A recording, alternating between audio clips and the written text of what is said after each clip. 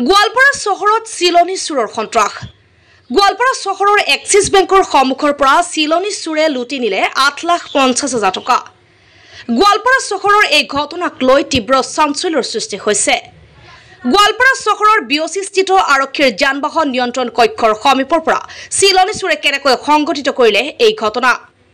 মেঘালয়ৰ মেণ্ডি পথাৰৰ আবু বকৰ সিদ্দিক নামৰ যুৱক এজনে গোৱালপাৰা চহৰৰ এক্সিছ বেংকৰ পৰা 8,50,000 টকা উঠাই বেংকৰ সন্মুখত থকা গাড়ীত উঠাৰ সময়তে চিলনী চোৰে টকাৰ বেগটোলৈ উঠাই হৈ যায়।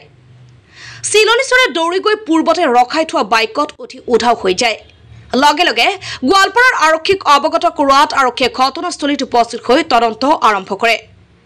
গোৱালপাৰা চহৰত বেংকৰ পৰা টকা উঠাই লোৱাত সাৱধান হওক, আপুনিও হ'ব পাৰে চিলনী চোৰৰ টাৰ্গেট।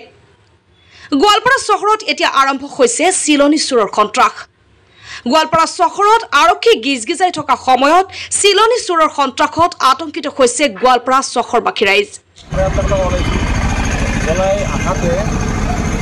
গাড়ীটো খালি দৰ্জাটো খুলছো, মোৰ গাড়ীটো খুলি পইচাটো খালি নেক্সট মানে বাইফালৰ চিটত থৈ মোৰ ভৰিত কিবা হৈছিল আৰু এটা মানুহ আহি কল আপোনাৰ কিবা পৰিছে।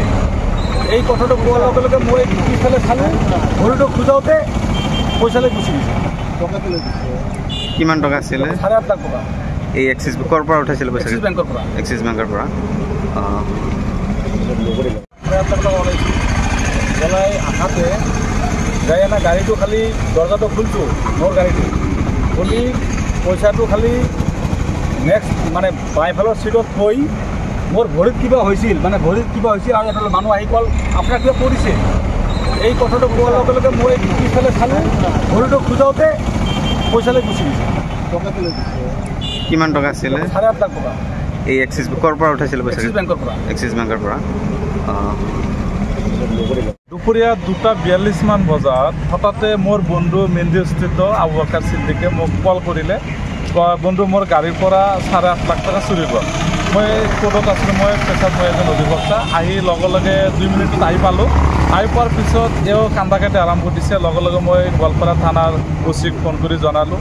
আহি পেলাই সিহঁতে তদন্ত আৰম্ভ কৰিছে। ঘটনা মতে শুনা মতে সি ক'লে এইটো এক্সিছ বেংকৰ পৰা 8.5 লাখ টকা উদ্দল কৰি পেলাই তেওঁৰ এইখন বাইক গাড়ী আৰু চিটত টকাটো থৈ পেলাই সি দৰ্জাখন খুলি সোমাব বিচাৰতে সেই বাওঁফালৰ পৰা দুৰ্গত আহি টকাৰ টোপোলাটো লৈ দৌৰি গৈ পেলাই এই খোলা হস্পিটেলৰ আগত বাইক এখন ৰেডি হৈ আছিলে কোনোবা এজন চালকে, সেই তাৰ পিছত উঠি লগে লগে পলাই গ'ল। এইখিনি মই শুনামতে তেওঁৰ পৰা পাইছোঁ। তাৰমানে এইখিনি হওক খুব দুখজনক কথা। এইটো আমি বিচাৰিছোঁ পুলিচ প্ৰশাসন যাতে তদন্ত কৰি এই চোৰ বা এই ব্যক্তিসকলক পৰায়ত্ত কৰি যাতে এই ব্যক্তিক উপকাৰ সাধন কৰে।